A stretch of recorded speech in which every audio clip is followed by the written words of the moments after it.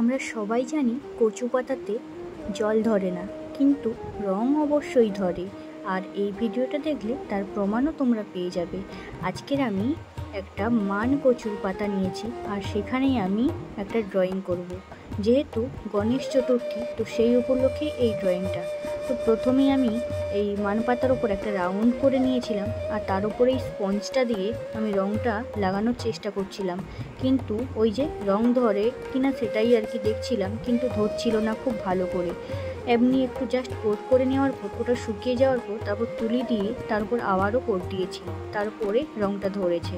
এরপর এর উপরে আমি গেরুয়া রং করে নিয়েছি। আর আজকের আমি কালারটা করব তিনটে রং দিয়ে, সাদা, গেরুয়া আর কালো। এই তিনটে কালার দিয়েই আজকের আমি গণেশ ঠাকুরটা আঁকবো।